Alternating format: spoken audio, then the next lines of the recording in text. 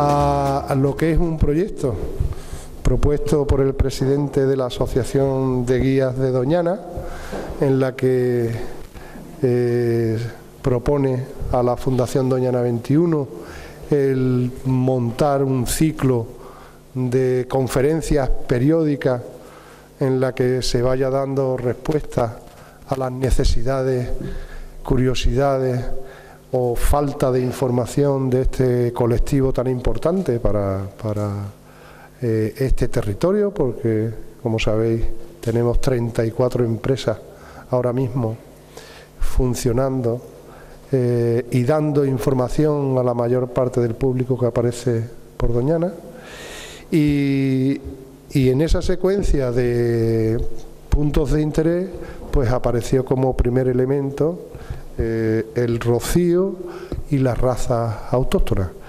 Le doy la palabra a José María Galán, que es el presidente de la asociación, que podrá contaros con más detalle las pretensiones de la asociación. Bueno, gracias a todos por vuestra asistencia, y sobre todo a Águeda y demás ponentes por el esfuerzo que hacen, ¿no? Que hacemos. La iniciativa, como dice, surge de la asociación, de socios y colaboradores también, en los que notamos que, bueno, que Doñana en el siglo XXI sigue pensando en algunos momentos como en el siglo XX. ¿Qué quiere decir eso? Que nos faltaba un poquito de actualización en materia de formación, por supuesto, pero también en algún otro tipo de proceso más accesible, como son este tipo de ideas de ponencia. Algunos de los socios pensaban en un formato tipo La Clave, esa serie de José Luis Balbín, de los años 80, y que, bueno, nos gustó un poco la idea. Esta, por cierto, es la primera, a modo experimental, pero con lo que aprendamos de aquí hoy, con la evaluación que saquemos, la intención es desarrollarla en la siguiente edición. La siguiente edición será posiblemente en noviembre y diciembre y van a ser una serie más prolongada de ciclo. Hoy son 2 ponencias las que se van a facilitar. Mari Carmen Raso, que ha estado aquí desde el primer momento arrimando hombros y demás, pues nos planteamos que esta era la experimental y por eso vas a tener el goce y el lujo de inaugurar todo este ciclo de conferencia, que esperemos que sea un primer tramo y que las colaboraciones y sobre todo este tipo de relaciones pues se sigan manteniendo, ¿no? Así que muchas gracias, yo creo que podemos presentar la primera ponencia. Pues sí, la primera ponencia, voy a presentar los dos ya y yo creo que pasamos del tirón. Águeda, yo creo que la conocéis todos, almonteña de pro, sí. Especialista en muchos asuntos, geógrafa, se ha interiorizado en el paisaje de este territorio y en los aspectos más vinculados a nuestra cultura, y desde luego estoy convencido que su exposición nos va a enseñar muchísimas cosas. Presento también a los 2 ponentes que tengo el privilegio de conocer desde, creo que la mitad de los años 90, será por viejo, allá en la Universidad de Córdoba, cuando descubrieron unas cosas que yo no comprendía muy bien, luego me lo estudié, y que hoy yo creo que en esa secuencia nos va a parecer todo muy interesante. Van a exponer las razas ganaderas en el entorno de Doñana, José Luis Vega, director del Laboratorio de Investigación Aplicada del Servicio de Cría Caballar, Fuerzas Armadas, Ministerio de Defensa. Y Sergio Nogales, que ya yo creo que es un almonteño más, porque pasa aquí más tiempo que en ningún otro sitio, es secretario ejecutivo de la raza bovina y equina marismeña de la Asociación Nacional de Criadores de Ganado Marismeño. Está haciendo su tesis, además, sobre la carne mostrenca para su puesta en valor. Yo estoy convencido que las 2 ponencias va a ser lo más interesante. Águeda. Yo me llamo Águeda Villa, soy geógrafa y bueno, llevo ya bastante tiempo, desde que terminé la carrera prácticamente, trabajando en relación con cosas que tienen que ver con Doñana y con especialmente con todos los aspectos culturales que siempre han sido como menos tocados, ¿no? O menos trabajados. Cuando yo lo primero que tengo que dar es las gracias, ¿no?, de que os hayáis acordado de mí para esto. Te lo agradezco expresamente, porque además él sabe que yo he peleado mucho por este tipo de cosas. Siempre me parece que la formación no se acaba nunca y que es muy importante ir reciclando y ir abriendo la cabeza siempre a todo lo que nos pueda ayudar a que la gente que viene comprenda y sobre todo ame el espacio que se le está enseñando. Y para eso me parece que es importantísimo ser capaz de transmitirle no solamente los conocimientos, sino las emociones. Y como las emociones son cosas muy culturales, pues por eso a mí especialmente me gusta mucho trabajar los aspectos que son culturales. Y dentro de la cultura, pues me atrevo con cuestiones simbólicas, que es lo más problemático, lo más importante y lo que mejor determina la creación de emociones humanas, y emociones que no se quedan solo en lo particular, sino que son capaces de pasar a lo colectivo y establecer una dialéctica que finalmente es la que da la trabazón a los grupos humanos y a los grupos humanos con su propio entorno, ¿no? En este caso, bueno, yo cuando me dijeron de que quería que hablara, yo me horroricé, porque cada uno de los aspectos que trae, que me decía de que tenía que hablar, pueden ser objeto de muchas sesiones. Y además el Rocío es el colmo, porque yo creo que es el sitio que más tiene escrito, más imágenes, más fotos de los que más se ha dicho. Entonces, con esto quiero decir que lo que voy a hacer es pasar un poco por todos los aspectos. Como tengo el inevitable PowerPoint, si tenéis que interrumpirme, me podéis interrumpir. Espero que no me vaya a pasar de tiempo. Me dice que no me vaya a pasar de tiempo, y si no me avisáis. Y por otra parte, yo doy un aplauso por el asunto ese de la clave, porque sobre todo yo soy mucho más persona de conversación que de sermón. Entonces a mí yo preferiría ese otro formato, ¿no? Bueno, pues vamos a empezar. Ya he dicho que va a ser una especie de puntada o de primeros de cuestiones concretas que para siempre, bajo mi criterio, son los más importantes o los que más me llaman a mí la atención en relación con lo que significa el rocío, no el rocío solo, sino el rocío siempre dentro de la realidad social, cultural, que bueno, que lo determina, y por supuesto de la vinculación inevitable e imposiblemente desvinculable que tiene con Doñana, ¿no? Entonces he puesto 4 puntos por los que voy a pasar un poco y que voy a intentar presentarlo. El primer punto, que ya me indicaron ellos, era el de el rocío, los orígenes históricos y un poco cómo había sido la evolución. En ese caso yo creo que hay 4 aspectos que son fundamentales con el crecimiento y con el origen del rocío y con la evolución, que son estos. Por una parte, la geografía del rocío, que determina ese lugar, cómo ha sido la historia, cómo ha ido creciendo y se ha ido generando la devoción, y cuáles son las fiestas que han generado, que se han creado alrededor de esto.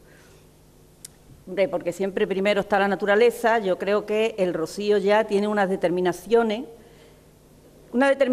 que lo hacen un hito especial, con unas condiciones especiales que se lo da su medio físico, ¿no? Y su medio físico por una serie de condiciones que están ahí señaladas. Es un espacio muy bajo, está a menos de 10 metros todo el entorno del rocío, y todo lo que tiene que ver con el alrededor del santuario está a menos de 4 metros. Es un sitio donde se mezclan los elementos más importantes que tienen que ver físicos de Doñana, se mezclan las arenas con las arcillas, se mezclan los arenales de los mantos eólicos con la marisma, y es un sitio además donde tiene agua de muchos tipos, ¿no? Tiene el agua que tiene propiamente la marisma, el agua del arroyo de la Rocina que llega hasta allí, el agua de lluvia, y entre esa convergencia toda la materia vegetal que hace que esa turbera esté funcionando plena de vida casi durante todo el año. La importancia de la luz, yo creo que cualquiera que haya estado un día entero en el Rocío habrá visto que la luz ahí no es cualquier cosa, ¿no? Y que esos atardeceres no parecen, ni esos amaneceres, parece que están tocados por la mano lo divino, ¿no? de las tonalidades, todo ese tipo de efecto hace que el rocío en sí, como lugar, tenga un espacio, tenga una identidad muy particular, que ya en sí tiene un montón de elementos que lo distinguen del resto de los sitios. Y luego el dinamismo, no hay un momento que tú estés allí, ni aunque sea media hora, en el que si te pones a mirar a la Madre o si te pones a mirar a cualquiera, no haya cambios en el paisaje del rocío, ¿no? Y luego después, dentro de las aguas, a mí una de las cosas que más llama la atención es precisamente ese carácter debajo que permite esa condensación del agua siempre todas las noches o casi todas las noches, que hace que se condense y todas las noches caiga la rociada. Entonces, eso es un sitio en sí mismo que tiene una determinación geográfica que lo define, y lo define como con una fuerza importante, ¿no? Con una fuerza importante y plenamente reconocible por todas las personas y grupos que van, ¿no? Históricamente, las primeras noticias históricas que tenemos del Rocío son de la Edad Media, ¿eh? Concretamente, en esas fechas que están ahí, se conquista tanto el reino de Sevilla como el reino de Niebla, y en el siglo XIV, que es ya en el libro de la Montería, como está ahí abajo, hay una descripción en la que ya se habla de que hay una ermita situada allí, y si leemos la descripción, pues reconocemos bastante bien que verdaderamente a la ermita el sitio lo habían visto, porque lo que hace es contar un poco el ambiente palustre que reina allí, ¿no? Las dos siguientes citas, hitos que para mí son verdaderamente importantes en el Rocío, se dan a finales del siglo XVI. Por una parte, en el 1583, el Concejo de Almonte compra la tierra donde está la iglesia y el caño de la Madre del Rocío, justo desde donde está la boca del arroyo, la Canariega, hasta el final del caño de Brenes, que sabéis que está ya casi cerca de San Lucas, ¿no? Entonces, esa compra hace que haya un dominio del Concejo de Almonte sobre esa tierra, y por lo tanto la ermita que estaba allí pasa directamente a la vinculación con ese dominio y con ese pueblo, ¿no? Pocos años después, en el 1597, un indiano que es natural creo que es de Córdoba o de Sevilla, en eso hay una cierta pelea, y que verdaderamente, si no lo he puesto, pero si hubiéramos puesto la cita, porque es que es imposible, de la descripción, deja en su testamento un legado para fundar una capellanía a favor de Nuestra Señora del Rocío, y dice explícitamente que con eso quiere que se hagan misas en un sitio que está abandonado y que donde lo único que hay allí es un santuario y unas pocas de chozas de pastores y de cazadores, ¿eh? Este indiano se llama Baltasar III, que no es un rey, y bueno, de alguna manera la fundación de esa capellanía, que era además una cosa muy propia en ese momento, recordad que estamos a finales del siglo XVI, acaba de pasar el Concilio de Trento, que significa una serie de cosas muy determinadas, especialmente con las devociones populares, que no vamos a entrar aquí porque no hay tiempo, y no solamente funda la capellanía, sino que supongo que el hombre, buscando a ver quién puede ser responsable de aquello, encuentra que el responsable de aquello es el Concejo Municipal. De manera que esa historia entre la Virgen no es de nadie y la Virgen es del pueblo, pues verdaderamente, al nombrar Baltasar III como gestor, digamos, ahora diríamos como gestor de la capellanía al Concejo de Almonte, es el Concejo de Almonte el que empieza a tomar las decisiones sobre todo lo que tiene que ver con la ermita, es el que contrata a los curas que tienen que ir a dar misa, siempre, lógicamente, y a lo largo de los siglos se va conformando así, ayudado tanto por la Iglesia, por el clero de la Iglesia de aquí, ¿cómo se dice?, de la parroquia, como por un grupo de vecinos que de alguna manera se van asociando y se van convirtiendo conforme el vínculo con el lugar y con la Virgen va cada vez mayor, pues hay un grupo de vecinos que acaba fundando una capellanía que va a ser la que va a sustituir al concejo en eso después del siglo XIX, cuando tras la desamortización ya se desvincula se desvincula de lo civil y pasa a lo eclesiástico. De manera que yo he traído este esquema aquí porque me parece interesante que veamos que desde las fechas no tienen mucho, vámonos, menos mal, las he quitado todo. Pues si pone ahí 1800, pero no os fijéis en la fecha, porque sí lo que me interesa es que veamos que durante el siglo XVI, XVII, XVIII, XIX, en el entorno del Rocío, ha habido tres cuestiones que son verdaderamente importantes. Por una parte, hasta en 1800 y pico, que se desvincula al señorío, ha estado el límite, donde ahora está el límite de Hinojo, antes estaba el límite entre el Reino de Sevilla y el Condado de Niebla. O sea, que es una zona que está puesta en una frontera, era una frontera natural, también es una frontera administrativa, y además está también al lado, si lo veis, cerca de un cruce de camino, que son las dos vías más importantes que conectaban tanto la zona de Moguer con Sevilla como la zona de Niebla con Sanlúcar de Barrameda. Recordar también, porque para ver un poco la importancia del tránsito que podía haber en este momento por ahí, que Sanlúcar de Barrameda era la capital del Condado de Niebla, porque era la capital del duque, y que además en aquel momento, durante todos esos siglos, era el único puerto por donde se hacía el tráfico con América.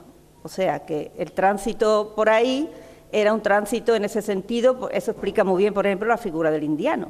El indiano pasó por allí, seguramente, porque por la propia descripción lo sabemos. Y por otra parte, el camino que ahora conocemos como Camino de Moguer, empezaba efectivamente en Moguer y seguía, por lo que ahora se conoce como Raya Real, Villamanrique adelante, hasta Sevilla, y era un camino real que conectaba toda una zona que estaba distribuida en muchos señoríos. Entonces, es un camino que permitía que todos los bienes pasaran sin tenerle que pagar a ninguno de los señores en el intermedio, como se tendría que hacer en ese momento.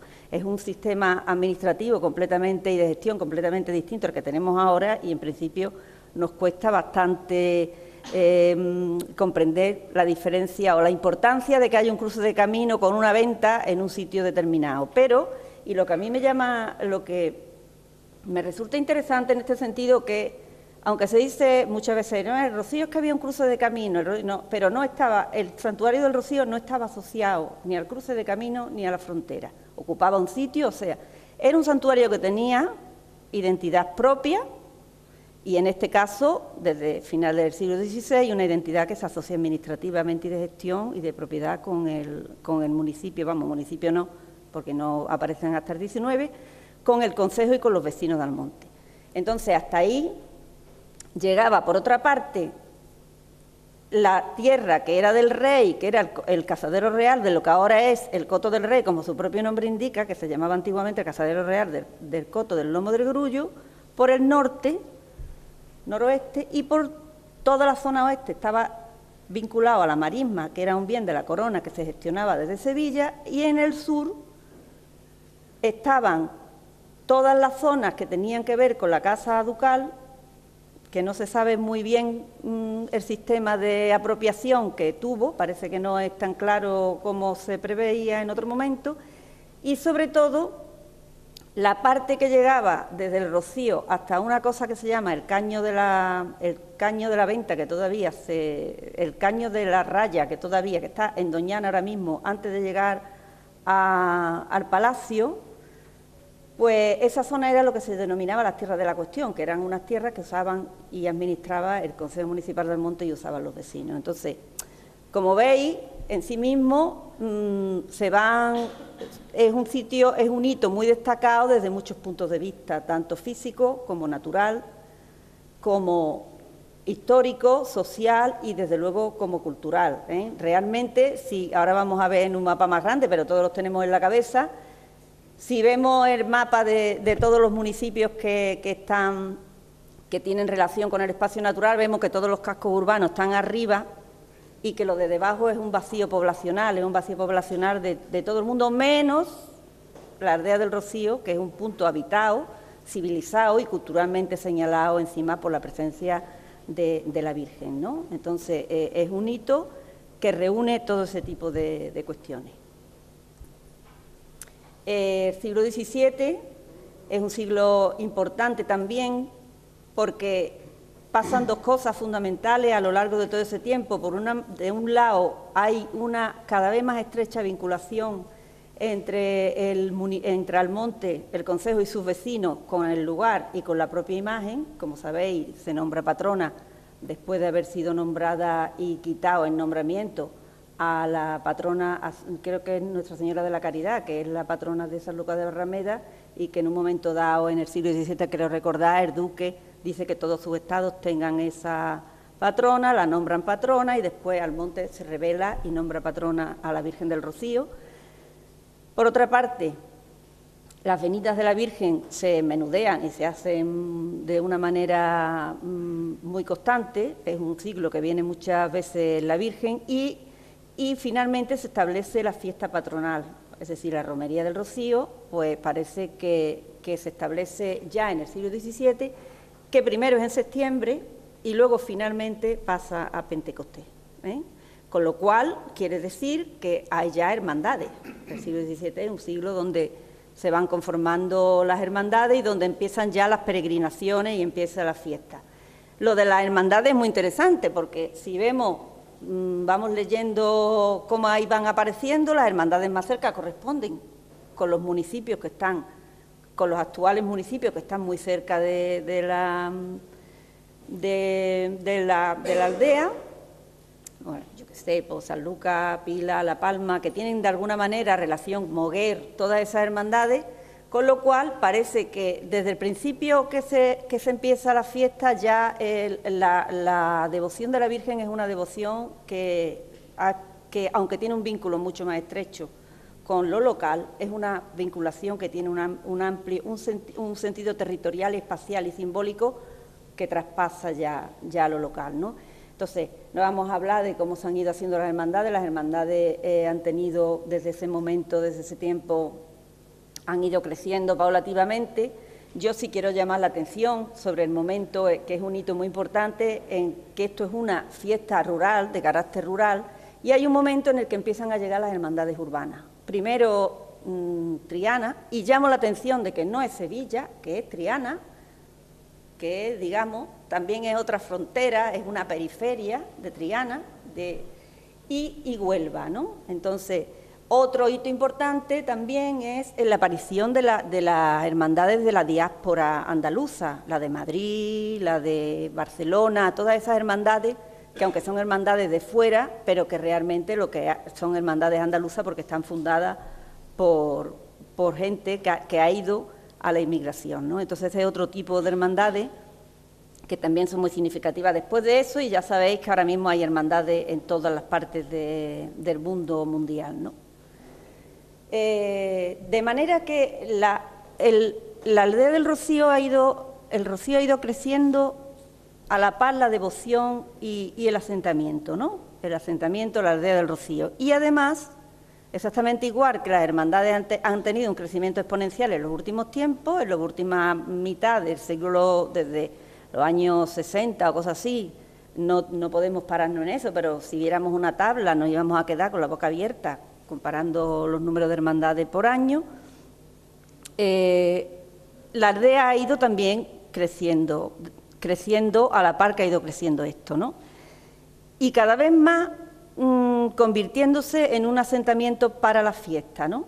De manera que los vínculos tradicionales, eso suelen, porque viene mucha gente de fuera que, bueno, pues trae otra visión, que tiene todos sus derechos, pero trae otra visión que se le incorpora a las propias gentes que vivimos aquí y que son, digamos, los que celebran estos cumpleaños, porque claro, estas fiestas son fiestas locales en último término, ¿no? Entonces, yo he puesto algunas, hasta el año 57 o 59 creo que no hubo ninguna carretera, del año 59 al 63 se hace la carretera la primera creo que en el año 59 o el 57, no me acuerdo muy bien ahora mismo, se inaugura la carretera de Almonte al Rocío, hasta entonces no se iba, en el año 64 ya llega hasta la playa. La electrificación, la luz eléctrica empieza en el Rocío en el año 64. Antes no había luz eléctrica, con lo cual era otro mundo completamente distinto. El abastecimiento de agua llega ya en los años 70 bastante avanzado. El plan de ampliación de la aldea, que se hace en el año 70 y tanto, es un hito muy importante porque a partir de ahí ya se reorganiza y se le define un perímetro a la aldea bastante más grande que el que tenía originalmente, ¿no? Entonces, paulatinamente, en los años 80 ya han ido apareciendo otras cosas que no tienen que ver con la aldea, pero que sí han supuesto cambios importantes alrededor. Por ejemplo, todo lo que tiene que ver con la transformación agrícola. Entonces, me gustaría que mirara ahí, yo no sé si se ve bien, pero ese dibujo está hecho a escala. Quiere decir que podéis comparar lo que significaba el Rocío en este año que he puesto aquí, que pone 1900, pero que puede ser perfectamente 1950, incluso 1970, porque el que pone 1970 está un poco exagerado, y lo que es el Rocío en tamaño 40 o 50 años después, ¿no? Entonces, todos son cosas que determinan la morfología actual de la aldea, en que aún así, pues, lo que se mantiene básicamente es como una aldea donde tiene mucho que ver toda la cuestión festiva, pero ha aparecido cosas que no tenían nada que ver. Por ejemplo, las rayas, las líneas rectas no tienen nada que ver con la morfología tradicional y significa una pérdida o una transformación de las identidades espaciales que tienen mucho que ver, por supuesto, con la fiesta, con la gente que vive y con todo lo que está ahí. Y todo esto yo creo que es importante enseñarlo y explicarlo cuando se enseña a Doñana, ¿no? La devoción, efectivamente, yo creo que podemos diferenciar dos tipos de fiestas alrededor de la Virgen. Unas que son las de su ciclo tradicional, que es, por supuesto, el primero es el de Rocío Grande, que también podríamos pararnos un poco a ver la ritualización, cómo expresa perfectamente esa ritualización de los 3 días y cómo se diferencia las dos partes, una parte que es la peregrinación o los caminos de lo que es la ritualización en la aldea, que es la celebración conjunta de la romería, y que realmente la imagen que se tiene de ella ahora mismo ya es la que te dan los medios de difusión, más que realmente entender muchas veces lo que está pasando allí, con lo cual es una información bastante sesgada y sobre todo bastante simplificada, porque si tú miras desde fuera o hablas con gente de fuera, lo único que te dicen el Rocío son los caminos y el día del Sarto, ¿no? Entonces, lo que pasa allí en el intermedio, entonces esa simplificación, pues si no se explica bien, pues la verdad es que no te acabas tú de enterar muy bien de lo que es, y por supuesto a quien tú se lo estés explicando tampoco se entera. Y por otra parte, están el Rocío, la avenida y el Rocío Chico. Todas estas cuestiones tienen que ver con el vínculo, más que nada con el vínculo local, si bien la romería, como ya he dicho, parece que desde el principio es una romería a la que peregrinan grupos de otros consejos municipales y de otras poblaciones.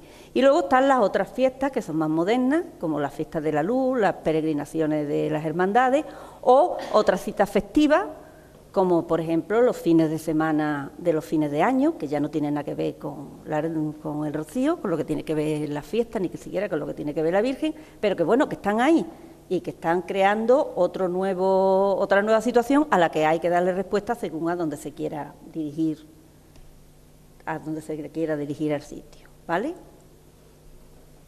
Realmente, dentro de todo eso, la Virgen es el elemento que trasciende en todo este entramado, ¿no? La foto oficial, a mí me gusta mucho esta foto en blanco y negro porque mi padre siempre decía que era la foto oficial de la Virgen. A mí eso siempre me ha parecido una cosa muy bonita y también muy expresiva de esto, ¿no? Entonces, el reconocimiento de la Virgen como elemento trascendente, ahí no tiene ninguna duda, tanto para los locales como para la gente que viene de fuera. No hay nada más que escuchar con un poquito de atención las sevillanas, lo que se dice, las poesías, todo ese tipo de cosas que tienen que ver con la emoción, pero que realmente lo que expresan son los vínculos los vínculos, en este caso tanto del que viene de fuera como de los propios locales, ¿no? Lo otro siguiente que me plantearon, que hablara un poco de lo que eran los santuarios y los espacios naturales protegidos, ¿no? Entonces, el Rocío en su ser mismo es un santuario, y yo lo primero que he hecho ha sido hacerme la pregunta sencilla de qué es un santuario. Pues un santuario es un hito en un espacio determinado que se ha identificado, que se ha individualizado porque tiene unas características específicas en los que se le reconoce valores profundos, valores espirituales, que de alguna manera permite la identificación profunda del ser humano con el sitio y como un reconocimiento o como un lugar para posible habitación de lo sagrado, ¿no? Los antropólogos lo llaman, es una palabra que a mí me gusta mucho, porque es una palabra como el rocío mismo, así, que se puede tocar, ¿no? Y bueno, es un sitio indudablemente por eso mismo donde de los pocos hitos de lugares que compartimos en todas las partes del mundo hay santuarios, y es un sitio donde se une la naturaleza y la cultura. Es decir, por una parte se une la capacidad de la naturaleza de generar sitios especiales y la capacidad del ser humano de reconocer esos sitios como especiales y darle categoría de sagrado y normalmente sacralizarlo con la presencia de una imagen, ¿no? Una imagen o de lo que sea, según la cultura a la que nos estamos refiriendo. Yo como ejemplo he traído 3 aquí que son importantes porque tienen que ver con la idea de Europa. Por una parte es el Monte Olimpo, como sabéis, el sitio donde vive el padre de Zeus, como decía el padre de no me acuerdo cómo era, como decía mi hijo cuando chico, decía cuando veía una nube muy grande, como había visto la película de Walt Disney, siempre me preguntaba, mamá, ¿ahí es donde vive Zeus? El padre de, no me acuerdo cuál que era, del padre de Hércules, siempre me preguntaba eso, a mí me hacía mucha gracia. Entonces, es un monte que sabemos que está en Grecia y que es un monte fundante de la cultura europea, ¿no? Porque es el monte donde teóricamente habitan los dioses griegos. Entonces yo ante eso, ahí ¿qué es más importante? ¿El monte o el propio discurso cultural que se ha elaborado y espiritual que se ha elaborado en relación al monte y que ahora es representativo, conocido y que está en el fondo de nuestra propia cultura? Luego el que está debajo es el Partenón, es el sitio también indudablemente, es un sitio fundante de la cultura europea y donde es lo que conocemos ahora del Partenón es lo que hace Pericles en el siglo V a.C., que es verdaderamente el momento, digamos, también fundante de la democracia o de lo que entonces se entendía por democracia, pero el sitio era un sitio sagrado con antelación y estaba reocupado. Eso es otra cosa propia de los santuarios. Los santuarios están tan bien determinados y son tan reconocibles y tienen tanta fuerza que las culturas lo van reinventando conforme. Y el que tenemos debajo es el santuario es una recreación que han hecho del oráculo de Delfos. El oráculo de Delfos, un santuario antiguo que está que los que quedan son las ruinas y que tiene muchas recreaciones históricas, fue muy importante para el Mediterráneo durante por lo menos 1000 años y a mí me llamó mucho la atención cuando vi esta recreación porque lo que está arriba con esa galería de columnas es el templo de Apolo, que es al que está dedicado el santuario, y las que están debajo, las casitas chicas esas son las sedes de las ciudades que cada año peregrinaban ahí y ahí tenían el sitio donde se quedaban y donde se reunían cada una de esas ciudades, ¿no? Era la representación de las ciudades, de las agrupaciones, eran los tesoros que donde guardaban las ofrendas, las insignias, lo que llevaban esas agrupaciones de ciudades o agrupaciones de ciudadanos. ¿Por qué los santuarios y los espacios naturales protegidos? Pues porque si un santuario es un sitio especial, reconocido con unas características fundamentales, unas características importantes como para dotarlo de halo sagrado, en los espacios naturales protegidos, que son sitios mucho más amplios, pero que también tienen unas características muy interesantes y que son ahora mismo, digamos, la reserva espiritual de los procesos naturales, pues entonces generalmente hay muchos santuarios en todos los espacios naturales protegidos, tanto los de aquí como los de todo el mundo. Yo he traído estos 3 ejemplos, que no sé si lo conocéis. Uno es el de la Virgen de Cabra, que es el que está ahí en esta acrópolis también. El otro es el que está arriba, es la vista de la Peña de Alájar, donde hay un santuario también, y también es otro sitio especial, ese no sé si lo conocéis, pero es que ese es un sitio que tú te asomas y ves la Sierra de Huelva entera, un poco más, y ves la provincia de Huelva completa, ¿no? Y el de debajo, perdón, el que está como en la acrópolis es el de la Virgen de la Cabeza, que es dentro de una serie de páramos, hay ese monte ahí que está perfectamente bien identificado y en lo alto de él está la Virgen de la Cabeza. Y la foto que está debajo es la bajada de la Virgen de la Sierra en la Sierra Subbética. Si pudiéramos coger, si cogiéramos todos los espacios naturales protegidos de Andalucía y de España, uno tras otro, más que probable que encontráramos uno o dos de este tipo, ¿no? Cuando los espacios naturales protegidos se empieza con las políticas de protección, como sabéis, hay una tendencia a cerrar por el entendimiento de que son naturales, de que hay que eliminar todo uso humano dentro, ¿no? Entonces, por supuesto, empiezan a tener conflictos con los espacios, con los propios santuarios que están en los espacios. Eso se mantiene durante un tiempo, pero después de la edad viene la razón, como dicen la gente que tiene ya una edad, y con el paso del tiempo hay muchas iniciativas en el que eso, en vez de considerarlo una cosa negativa, pues lo que se está entendiendo es que hay que positivarlo, que al contrario, si tú, en vez de entender eso como una cuestión de pisoteo, de maltrato, de suciedad, entiende que eso precisamente es un elemento que refleja la relación que puede establecer, profunda, que se puede establecer entre la naturaleza y la cultura, es un elemento estupendo para precisamente trabajar esa idea y buscar una fortaleza compartida entre los dos, ¿no?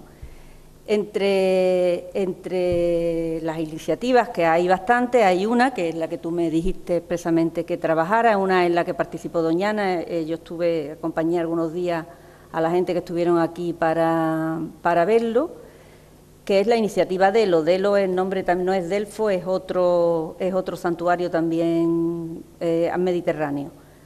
Entonces, esta gente habían estado viendo y después de mucho reconocimiento habían visto que era absolutamente imposible evitar que la gente en todos los sitios del mundo, daba igual que fuera en el Himalaya, que fuera en Sudamérica, que fuera en el último rincón de África, que fuera aquí, dejara de usar los santuarios. Entonces, en ese caso, y después de reflexiones y de vistas, lo que hicieron es una iniciativa precisamente para intentar integrar los dos valores de la naturaleza y la cultura ahí. Y de hecho, pues esta iniciativa lleva como 10 o 12 años funcionando y por los objetivos podéis ver que bueno, pues que precisamente quieren trabajar en la frontera, la interfaz, en la frontera entre lo que es humano y la naturaleza. Reconocen que los elementos de devoción son fundamentales, tanto para los seres humanos como para el propio mantenimiento de los espacios naturales, y que lo que tienen que hacer es promover una gestión integrada del patrimonio natural y cultural. Con lo cual, aprovechan toda esa carga emocional que se tiene hacia los santuarios, se puede aprovechar perfectamente también para establecer simpatía, afecto hacia lo que significa los otros tipos de medidas de protección que pueden algunas veces también traer conflictos en muchos aspectos, ¿no? Yo me acuerdo que cuando estuvieron aquí le hizo mucha gracia varias cosas. Una de ellas era que, bueno, que aquí en Doñana pues no se extrañaba a nadie de eso, es más, llevaban muchos años, estoy mirando a Chan, que se lo habrá tragado casi todo, se llevaba mucho tiempo ya estableciendo medidas para bueno, pues para intentar cazar lo mejor posible el uso del rocío, que por otra parte era cada vez mayor. Yo me acuerdo que cuando decía, pero ¿cuánta gente pasa? ¿Pero cuántas hermandades? ¿Pero por dónde van? Y había uno que venía de un santuario que estaba yo creo que era en lo alto de una montaña, no me acuerdo, total, que el hombre se quejaba de que allí a la fiesta, que antes no iba nadie, ahora iban 100 personas. Y claro, aquello era la misma masificación que para Doñana significaba que dejara entrar a los todoterrenos, ¿no? Entonces estuvimos con Chan, un par de veces estuvimos juntos, y bueno, les pareció que era muy interesante porque era un proceso que ya llevaba adelantado mucha historia, y que bueno, que es verdad que había gente, en las reuniones que tuvimos, había gente que estaban completamente en contra, estaban todavía en eso de si quieres salvar a Doñana, mata a Rociero, pero que lo general era que todo el mundo entendiera que aquello habría que arreglarlo de alguna manera porque es que no había... Y que el trabajo que se había hecho con las hermandades, el manifiesto, las campañas, las reuniones, que todo eso eran experiencias de mucho interés, ¿no? De manera que ya os digo que bueno, que formó el Delo, dentro de Delo, Doñana y el Rocío, es un... me estoy pasando, no me estás diciendo nada, ¿eh? Va bien. Que era un sitio que bueno, que tenía bastante interés en ese sentido, ¿no? Y que bueno, que por lo menos no tenían que volverla a explicar desde el principio. Yo me acuerdo que era muy gracioso porque era una gente muy seria, como aquí diríamos que era una gente que venía muy engolletada, hasta aquí cerrado. Lo llevamos a Villa Manrique, en fin, una serie de cosas que los dejaron bastante sorprendidos. Y para colmo les tocó con la Virgen en Almonte, con lo cual estuvieron en la novena, estuvieron en todas las cosas y se fueron encantadísimos para atrás y pensando que bueno, que aquí había muchísimo trabajo ya hecho, ¿no? Luego, para terminar, hablar un poco de lo que es el Rocío en Doñana, ¿no? Si vemos ahora mismo el mapa de los espacios, este mapa es antiguo, los espacios ahora ya son más grandes, ¿no? Pero indudablemente mirando esto comprendemos que efectivamente el Rocío es el punto central de Doñana y que sigue siendo realmente el único punto importante, simbólico, reconocido y que es el gran punto de habitación tradicional, porque luego está Matalascaña, está Mazagón, están todas estas cosas, pero que sigue teniendo esa fuerza, digamos, central. ¿Qué diferencia ha habido? Pues que desde que era un lugar de tránsito hasta ahora, el Rocío ahora ya no es un lugar de tránsito, al Rocío por allí no se pasa, al Rocío se va, y se va muchísimo, desde muchos sitios, de manera que los 4 caminos tradicionales, generalmente ahora mismo casi se entienden, los 2 caminos tradicionales se han partido en 4, y el punto central de los caminos eso es el Rocío. Indudablemente la relación, visto en este plano, la relación de la peregrinación, tanto la peregrinación como la fiesta, es imposible separarla de Doñana, porque es una cuestión completamente indisoluble, ¿no? Lo que sí llama la atención es el hecho de que la imagen tradicional del Rocío se ha perdido un poco y la relación de la Virgen con el lugar se ha puesto como un poco menos importante, o por lo menos menos reconocida como tal. Y no es porque nadie se pueda imaginar que se vaya a celebrar el Rocío en otro sitio, pero no es solamente porque sea una esplanada muy grande allí, estupenda, para poner los coches, los carros, porque se le hayan mantenido las de esto de arena, porque la carretera no se haya llevado hasta la puerta del santuario, sino porque el hecho de que la Virgen está en el Rocío es fundacional en el Rocío tanto como la Virgen. Yo supongo que todos los que están aquí, o por lo menos los que son de aquí, le habrá escuchado a alguien de su casa contarle cómo es la leyenda de la aparición de la Virgen. La Virgen está allí, se la llevan, se la traen para el monte, se la llevan teóricamente a Villa Manrique, luego se la traen al monte, luego se la traen varias veces para ponerla en otro sitio, pero la Virgen siempre vuelve, y vuelve al mismo sitio donde lo ha encontrado porque ese es su sitio. Por lo tanto, el vínculo entre el Rocío y la Virgen, que luego se ha digamos que se ha sellado con el uso hasta del mismo nombre para las dos cosas, y con el hecho incluso del topónimo de la Madre de las Marismas, ya cerrando ese círculo, que es un círculo de una fuerza y de una profundidad espiritual importante. Bueno, pues eso, si se nos olvida, tenemos que volvérnoslo a recordar, porque eso es así y es fundante, ¿no? El rocío es fundante ahí en todos los sentidos. Y he traído esta cita que a mí me hizo mucha gracia cuando la leí, porque me recordaba eso, a historias viejas que llevaba yo escuchando toda mi vida. Esta cita es de un diccionario del siglo XVIII, Tomás López. Se han hecho varios diccionarios en la historia de España. Cuando se quería saber un poco en qué situación se encontraban los pueblos y los sitios, se le encargaba a los curas de los pueblos, porque eran los que sabían leer y escribir, lógicamente, y esas cosas, que explicaran y recogieran, se le mandaba un cuestionario con una serie de preguntas. No sé si habéis visto alguna vez un diccionario de eso, recomiendo la lectura, como el de Madó es del 19, pero este es muy interesante porque este es justo antes de que se desvinculen los señoríos y no hay provincias todavía. Entonces, Madó es el primero, Madó en el 19 hay 2 o 3, y este es anterior, es de finales del 18. Y entonces se hace una serie y una descripción general, y en esta, de las cosas que destaca el cura, precisamente es esto, ¿no? El santuario de la Rocina, que es ya muy famoso, celebérrimo, y que la Virgen tiene una especial devoción, que ya se celebra su fiesta anual en la época, en Pentecostés. Pero explica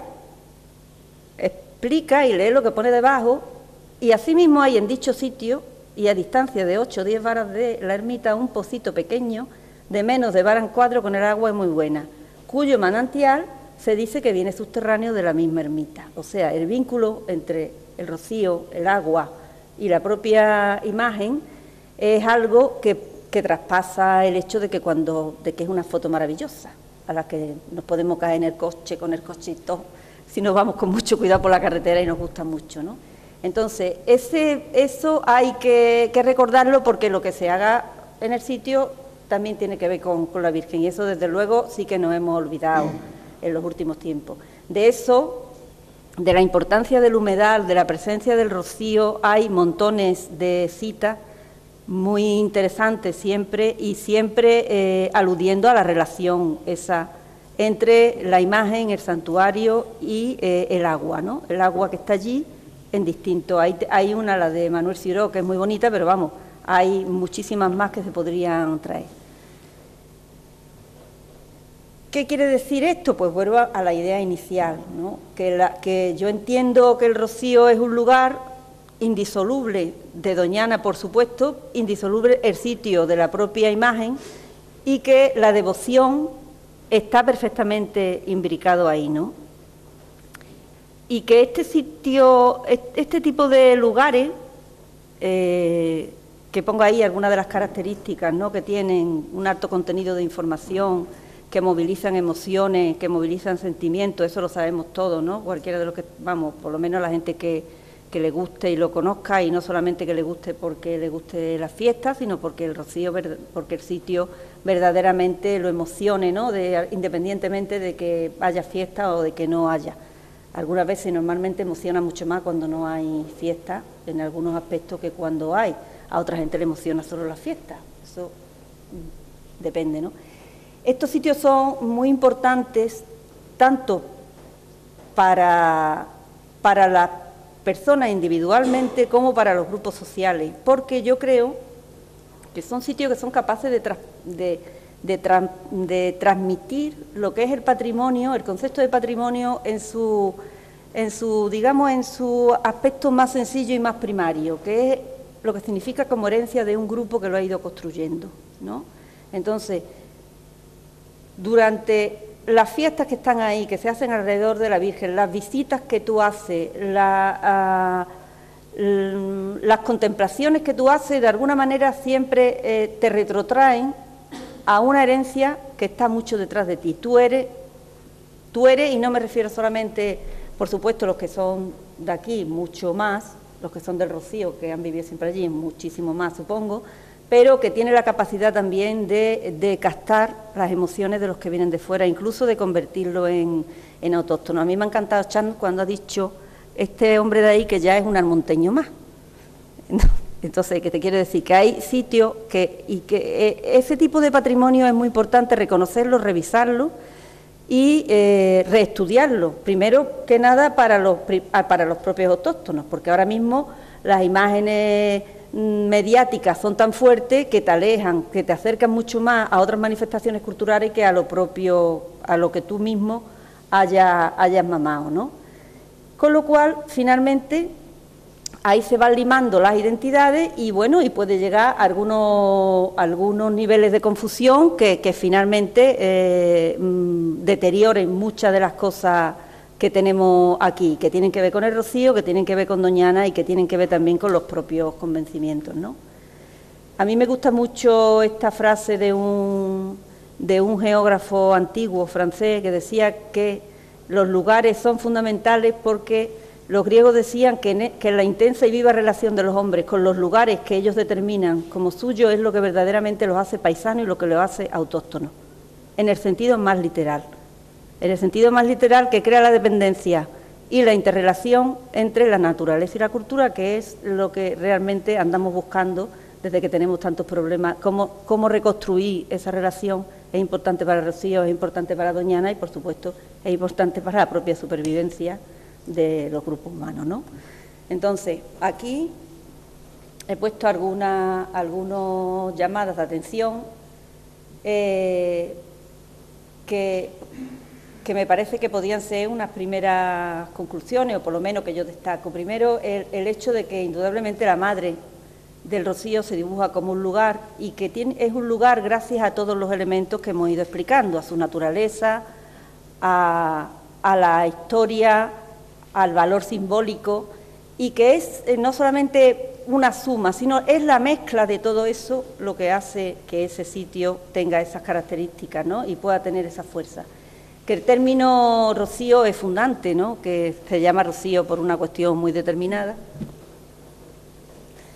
Y, bueno, como que la construcción es fruto de la naturaleza y del proceso histórico en el que hemos pasado casi sin pasar, y que actualmente, pues bueno, estamos en un momento, yo diría, casi un poco confuso, porque está todo como muy redimensionado y habría que volver un poquito, no volver a ningún lado, sino simplemente a lo mejor revisar nuestro propio conocimiento, aumentar nuestro propio conocimiento y a lo mejor reflexionar sobre lo que estamos haciendo y sobre lo que viene pasando, ¿no? Y que, bueno, que el carácter patrimonial de Rocío sabemos de siempre que está asociado a la Virgen, pero por supuesto ahora mismo es la Virgen y es Doña Ana, y es completamente, eso es absolutamente incuestionable. Y que un buen paso sería crear unos discursos de interpretación en el que este tipo de cosas se pusieran de manifiesto. Información hay, y técnica para ser capaz de transmitirlo también hay, y mucho más en un sitio como este que poca presentación necesita, nada más que dar una vuelta y ya tienes conquistado al personal, ¿no? Bueno, pues nada más. ¿Alguna pregunta?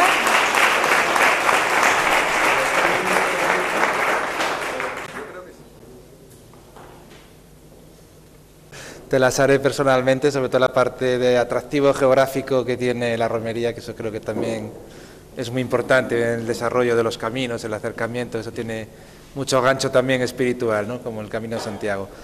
Bueno, yo soy José Luis Vega, soy veterinario militar, una cosa muy rara que estemos ahora aquí los militares, pero tuve la suerte el otro día, hace 2 semanas, de celebrar 25 años que llevo en un laboratorio que se ha dedicado siempre al tema de la genética del caballo, y por lo tanto soy también un militar extraño de estar siempre en el mismo destino, pero nos hemos dedicado de siempre a la investigación en el caballo y curiosamente, pues en un momento dado, pues nos llamaron de la estación biológica a ver si podíamos estudiar unos animales que pertenecen al entorno, a la marisma y a Doña Ana y a toda esta zona de por aquí, y que realmente, pues como todas las razas autóctonas, vamos a verlo aquí también en Iberoamérica, que es lo que yo quiero trasladar, el sentimiento de fuerza que tiene este sitio donde estamos ahora y la importancia que ha tenido en el mundo, pues ellos como científicos veían que nadie se preocupaba de esos animales, de esos caballos, de esas vacas, incluso de unas ovejas, y que ellos como conservacionistas, pues alguno como este Juan, pues que estaba fuera de onda, porque los conservacionistas eran biólogos y entendían conservar una cucaracha, pero nunca una vaca, si hay vacas en todos los lados. Y Juan era un visionario, heredero también de Castroviejo, por supuesto, y dijo, esto hay que estudiarlo, analizarlo, verlo, y si no vale para nada, bueno, pues ya está, pues se deja estar y que desaparezca o que evolucione y ya está. Y por eso nos llamaron a nosotros, que éramos un laboratorio que pertenecemos al Ministerio de Defensa, porque nos habíamos dedicado siempre a los caballos, y a un grupo de investigación de la facultad, del cual me honro ser miembro, igual que Sergio, que nos dedicamos a la conservación de las razas domésticas autóctonas. Somos bichos raros, no conservamos el águila imperial, ese ya tiene sus adeptos. Conservamos las razas domésticas autóctonas, un valor incalculable, como ha dicho Chan hace un momento, y al que le agradezco también sus palabras. Bueno, pues con esto yo solo quería introducir que cuando empezamos a estudiar los caballos que había en la reserva biológica, nos llamó la atención ese tipo de caballo, que es el caballo que también encontramos en la marisma, aunque está habiendo una evolución muy rápida, pero lo consideramos interesante. No sirvió nuestra opinión, nos dijeron desde la estación biológica que solo querían corroboraciones científicas, aquí la poesía que no valía, y tuvimos que publicar un trabajo, la mejor revista que hay de producción animal, para explicar que realmente ese caballo era único en el mundo, y por ende todos sus coetáneos, que ya no estaban en la reserva, que es a los que accedíamos nosotros, sino los que rodean el parque y que forman lo que es la entidad del caballo marismeño, que es algo que es único en el mundo y que debemos conocerlo y debemos saberlo, ¿no? Y había una necesidad brutal de gestionar esas poblaciones, ¿no? Tanto la que se ha quedado dentro de la reserva, que hoy en día el Ministerio no le ha quedado más remedio que reconocer como una raza, porque hay necesidad de hacer una protección. El término de raza siempre es un término administrativo, que tiene connotaciones administrativas, por supuesto genéticas también, pero sobre todo administrativas, y ha visto la necesidad de hacer esa conservación, a la vez, bueno, previamente había reconocido también al caballo marismeño y por supuesto la vaca marismeña.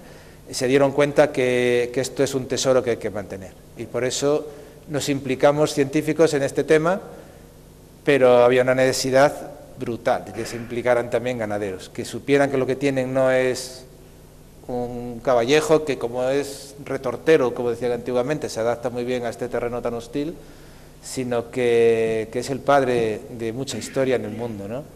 Tanto él como la vaca. Y con esas nosotros vimos ahí un tesoro para hacer investigaciones, lo que yo les quiero contar hoy.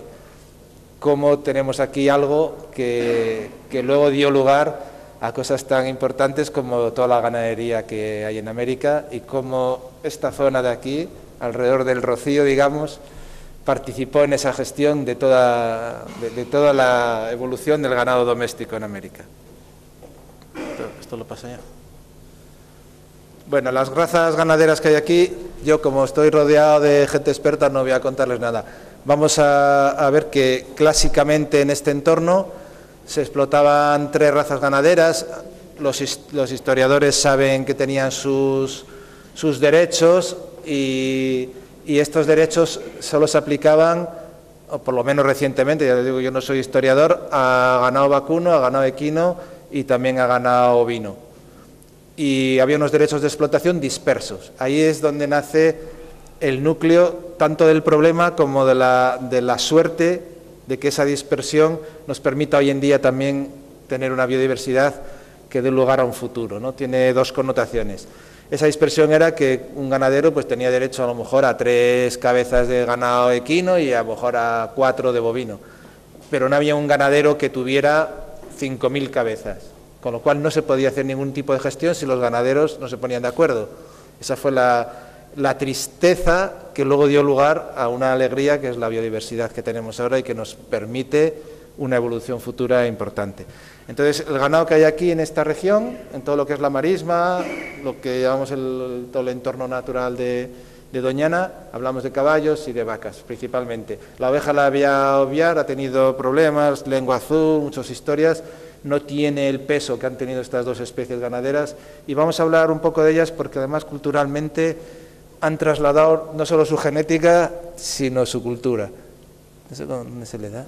Ah, ya está.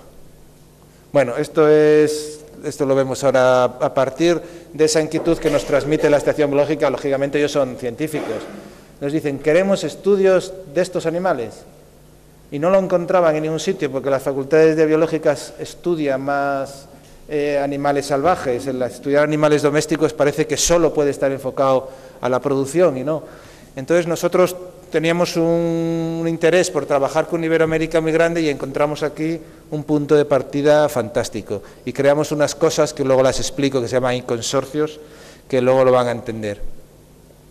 Cuando nosotros intentamos estudiar la historia, tenemos que ponernos en el pellejo del que iba, no lo podemos interpretar con nuestra mentalidad de ahora, porque sería horroroso y veríamos cosas que nos llamaría muchísimo la atención, pero si nos ponemos en las connotaciones aquellas, hay que entender que cuando llegan los primeros barcos allí, los primeros viajes de Colón y se empieza a colonizar aquello, los pueblos americanos eran pueblos como podíamos haber sido nosotros hace miles de años. Vivían de la selva, de lo que daba la selva, pero no criaban ni cultivaban nada, nada. Entonces llegan los españoles allí con sus barcos y se encuentran con que ahí no se hará nada, como mucho en Perú luego encontraron que algo se cultivaba de maíz, pero yo creo que era que lo encontraban suelto por ahí las plantas, las explotaban, y no criaban animales. Claro, iban, si ahora vemos los reportajes de National Geographic, que van ahí desde el Amazonas con la flecha y que se coge el mono y se lo comen y tal, dice, no necesitaban, o por lo menos no lo conocían, claro, el choque tan violento para los españoles, que se encuentran que la base de su cultura es criar animales para comérselos y cultivar trigo y tal, se encuentra en una tierra y dice, esto no tiene nada de nada. Entonces, ¿qué ocurre? Que lo cuentan como una verdadera anécdota, el decir, si quieren leerlo ahí, que ni aran, ni crían, ni nada, y encima tienen miedo, claro, la imagen esa del centauro, que era un hombre subido a caballo, les horrorizaba, no conocían al caballo, conocían otras especies, a lo mejor, yo que sé, que la llama, el guanaco, lo que fuera, pero de eso de subirse encima y galopar y ser agresivo con él, pero es que hasta las gallinas, para ellos las aves volaban, una cosa que no vuela, que está ahí y se puede coger y tal, es una cosa que hasta les daba repelús. ¿Qué ocurre? Que entonces entramos en el entorno que nosotros nos proponemos y vemos como el primer viaje de Colón que sale del puerto de Palos, luego ya el resto salió luego del segundo viaje, pero luego el resto de la zona de Cádiz, por supuesto, bueno, toda esta zona de aquí empiezan a hacer viajes y se empiezan a llevar animales domésticos. ¿Qué animales se llevan? No se pueden llevar animales súper selectos, se tienen que llevar lo que va a aguantar 2 y 3 meses de viaje comiendo agua y paja y lo que podían. Eran los animales que se criaban aquí, que sabían que eran muy resistentes.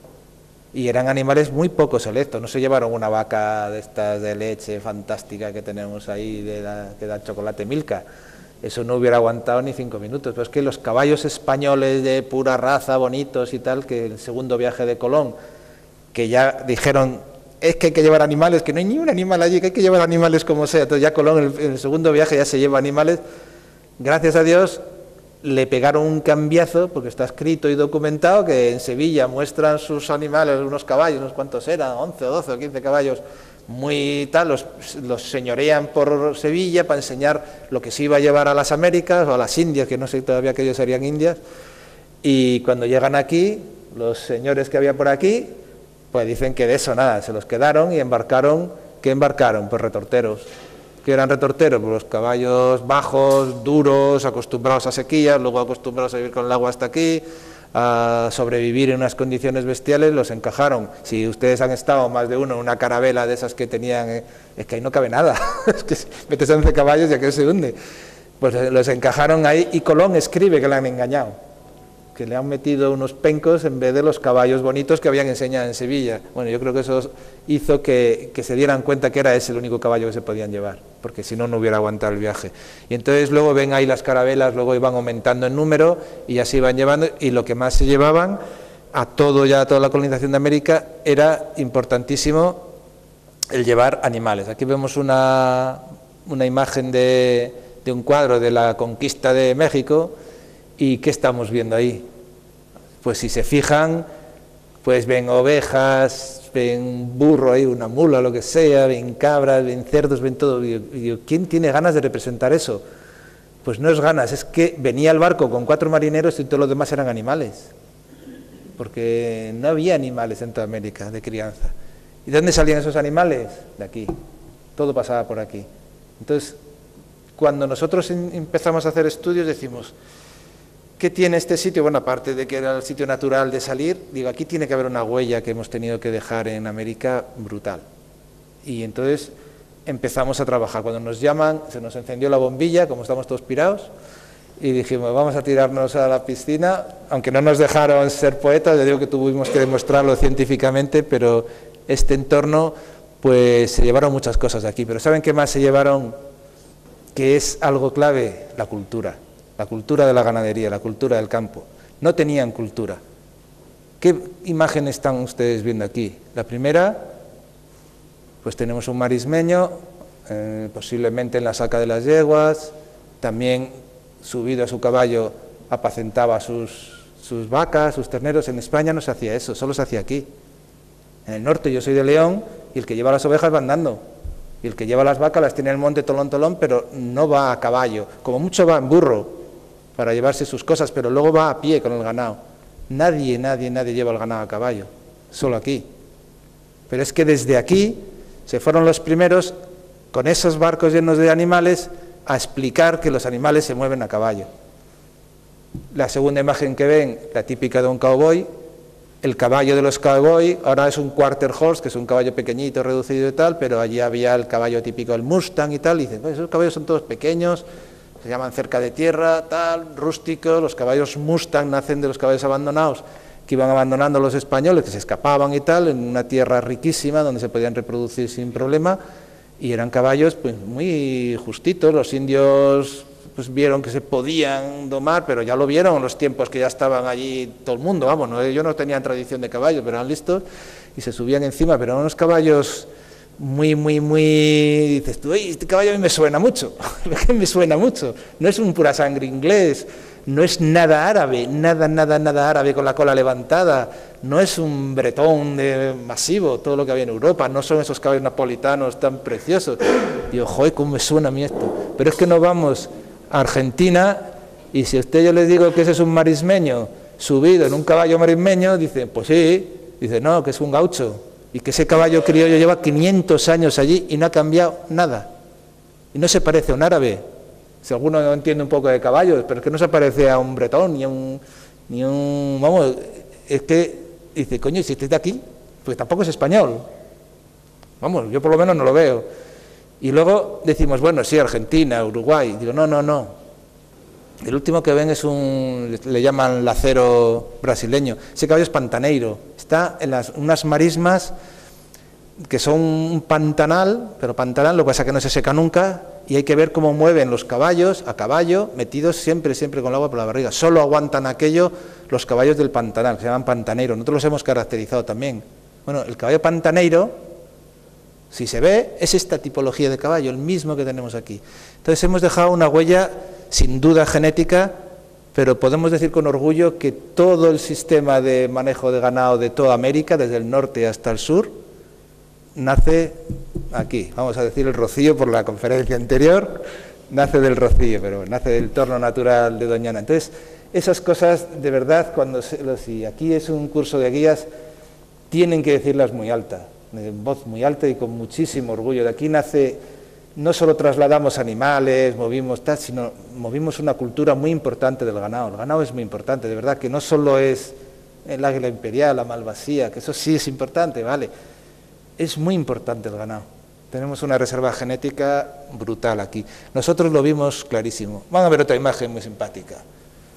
Anda, tenemos ahí una marismeña, una caja de huesos rectangular, o sea que no es un animal de carne como son los buenos animales de carne que tienen muy poco pecho y tienen mucha pata de atrás, porque el pecho tiene mucha osamenta y que tienen que tener atrás los lomos. No, esta tiene cuadrado, adelante bien, atrás bien, y casi todo huesos. Dijimos, anda, ¿y qué tengo ahí al lado?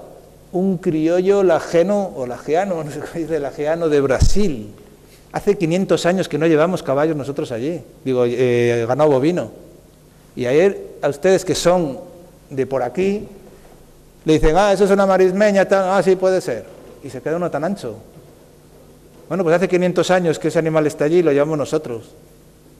Y lo llevamos desde aquí, porque ese animal no está en España. Solo hay otra raza que entró con mucha frecuencia, si la conocen, que son los berrendos, el berrendo colorado, el berrendo negro, que son los que acompañan al toro de Lidia, que es esa misma estructura, una cosa rectangular, donde el tren delantero es muy grande y el trasero está escurrido, y que tiene un rendimiento cárnico ridículo. Los que se dedique alguno por aquí a la vaca marismeña, verán que la tienen que vender como un valor añadido de que es marismeña, porque la pérdida de carne, o sea, la proporción de carne comparada con un charolés es ridícula, pero tiene esa connotación. Pero es que luego nos vamos a Colombia y tenemos otro marismeño, pero es que ese otro toro que están viendo al final es la famosa raza Longhorn de los americanos con esos cuernos que luego se lo ponen a los coches.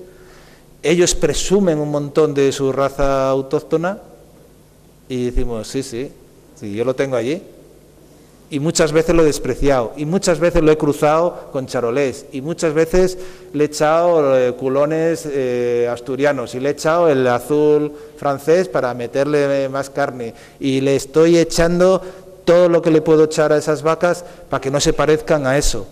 Y entonces llegamos los tontos que no entendemos de economía y decimos, ay, por favor, no le echéis más cosas, que estáis matando una joya que los americanos presumen de ella, y tienen 200 años de historia, y nosotros aquí nuestra historia se remonta a muchísimos.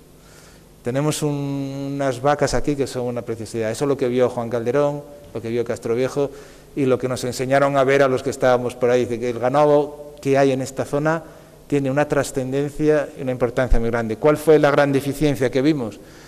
Pues que no había una coherencia y una preocupación en su conservación.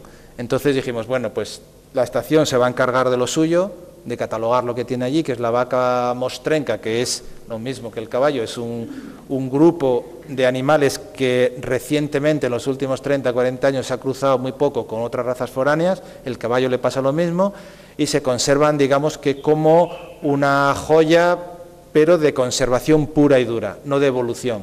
Y luego tenemos, fuera de la reserva, porque ya no son propiedad estatal, sino es propiedad de ganaderos, tenemos un caballo marismeño, heredero de ese caballo que siempre hubo aquí, que fue a América y que es un heredero cultural que está adaptado al medio, y una vaca marismeña, que lo mismo, que están pegados aquí a la tierra, que por mucho que hemos intentado cruzarlas estos últimos 30 o 40 años, lo único que hemos hecho es nada, porque el terreno no deja reproducirse a un charolés aquí, pues se muere. Y a un pura sangre inglés que se ha intentado también, que hemos tenido parada militar en Almonte, paradas sementales, y hemos tenido al Pan Island, que es un pura sangre inglés cubriendo las yeguas marismeñas. A ver si sacábamos yeguas como para correr como los de Sanlúcar. ¿Qué pasa? Que todos los hijos murieron, todos, no quedó ni uno, porque el terreno se impone y la sangre marismeña se impone. Entonces tenemos que trabajar con nuestros animales. En América pasó lo mismo. Lo que allí se llama criollo, nosotros defendemos que se llame autóctono, porque después de 500 años ya se lo merecen, ¿no? Animales allí adaptados que llevan aquí, no, es que esto criollo procede, y el chico, es como si yo digo que soy de Altamira, porque es que, claro, o de Atapuerca, el tío que lleva 500 años con tu vaquita aquí adaptada a sus mosquitos, a tal, eso es el ganado autóctono que decimos y que nos estamos inventando ahora, nuestras razas autóctonas. Digo, coño, que vosotros tenéis derecho. Bueno, ellos le llaman criollo.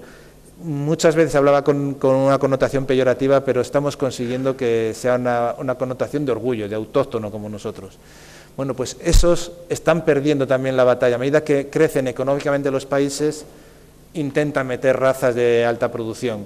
Pero tenemos la suerte que, como aquí, solo queda ganado autóctono allí en los sitios donde no cabe otro ganado, si no ya lo hubieran cambiado, donde las condiciones son tremendas y sobreviven. Nosotros estamos caracterizándolos, estamos estudiándolos y nos estamos planteando y enseñándoles a decir que no es lo mismo todo el ganado criollo, que tienen verdaderas razas con su independencia, sus características funcionales, sus características morfológicas, y que deben luchar por ellas, y que no todo es criollo, no es como autóctono, no, es criollo, es ganado autóctono, hay que conservarlo, hay que luchar por él.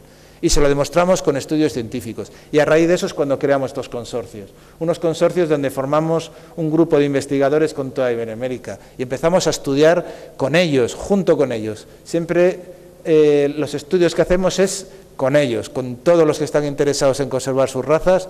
Creamos un consorcio de bovino, otro consorcio de ovino, tenemos otro consorcio de porcino, otro consorcio de cabras, otro de caballos, otro de burros. Y con esto hemos conseguido no vivir solo de poesía. Hemos hecho, o sea, los objetivos eran esa conservación, pero con ello nosotros lo que hemos hecho es trabajos científicos de envergadura. ¿Qué quiere decir? Que, ¡ay, qué bonito que tenéis como una ONG que va a cuidar de las vaquitas, que hay que conservar y viva, y nos ponemos todos juntos, así como si fuéramos hippies y diciendo qué bonito! No. Este es el primer trabajo que se hace aquí, que nos lo exigieron para poder demostrar que el caballo que había en la marisma era diferente de todas las razas del mundo. Nosotros en nuestro laboratorio estábamos conectados con toda la red de laboratorio que hacían identificación y control de paternidad en todo el mundo, y puedo decir con orgullo que el caballo que nosotros tipificamos lo pude comparar con más de 1 millón de caballos. No hay ningún caballo en todo el mundo que se le parezca. Morfológicamente sí, ¿dónde? En América. ¿Por qué? No sé, alguien sabrá. Aquí tenemos un trabajo del año pasado sobre el estudio del marismeño, del caballo marismeño. Por supuesto, el caballo de las retuertas lo han reconocido como raza por esa necesidad que había de conservarlo. Ha sufrido una deriva por el aislamiento que ha tenido durante esta época de los últimos 30 o 40 años, que ha habido un cruce indiscriminado en las razas aquí, queriéndolas mejorar. Lícito. O sea, cada uno hacía lo mejor que podía, y cada uno por libre con sus 3 caballos hacía lo que creía que era mejor que podía. Nunca se puede decir que lo hicieran mal, no. Estaban haciendo bien. Él quería echarle ese pura sangre inglés, ese tal, ese cual. Eso hizo que hay una diferencia entre el caballo que está en las retuertas, que se queda como un nicho, digamos, entre comillas, zoológico, que se mantiene ahí, pero que sigue evolucionando en un sentido. La genética no se para, hay que reproducirse, no podemos congelar. Hemos congelado semen y tal, porque es que sí queríamos congelar esa fotografía, porque eso a lo mejor se pierde en el tiempo. Igual pasa con el marismeño, se cruzaba porque era lo lógico, y así se crearon todas las razas en todo el mundo, cruzando y adaptando a sus necesidades. Pero ahora había una necesidad de controlar eso, porque ya estamos en el siglo XXI, y el siglo XXI dice, hay que crear asociaciones que controlen la evolución de las razas. ¿Por qué? Porque si yo doy soporte económico a una raza, es para que se mantenga en un camino que diseñan los propios ganaderos de forma coordinada, y se crea la asociación. Y la asociación ahora, formada por los propios ganaderos, decide, pero de una forma coordinada, para que no haya una dispersión. ¿Qué ha ocurrido con estos años de cruzamiento, tanto en vaca como en caballo? Pues que han creado un nicho de variabilidad genética, que es lo que digo yo que es positivo, que va a permitir hacer lo que queramos con nuestro caballo marismeño que lleva toda la vida aquí. Entonces, estamos en un punto cero, vamos a hacer lo que queramos con este caballo, con esta vaca. Siempre que no la saquemos de este entorno. ¿Por qué? Porque tienen que estar adaptados a este entorno, son los únicos que van a aguantar aquí. Entonces, esa sangre marismeña, vamos a jugar con ella, vamos a trabajar, y aquí Sergio ahora va a explicar un poquito. Hemos tenido más trabajos hablando de la huella genética de nuestros animales ibéricos, sobre todo los de aquí en América, un trabajo publicado en una revista de impacto muy buena, y tenemos el legado de Colón en América. Nos han permitido poner estos títulos. ¿Por qué? Porque los datos científicos que estamos dando son todas revistas que nosotros en nuestro entorno llamamos de impacto. Nos dejan poner esos títulos porque tenemos razón. Y ahora la responsabilidad se la vamos a pasar no solo a los ganaderos, pero se la vamos a pasar a los guías, a los que van a hablar de esta tierra, todo el que venga, que tiene que hablar con orgullo de los animales domésticos. De lo demás también, y hay unos patos por ahí fantásticos, pero del ganado también. El ganado no es un caballo que está molestando, es nuestro ganado, de toda España, pero la responsabilidad está aquí, ¿vale? Es lo único que quería comentarles. Muchas gracias.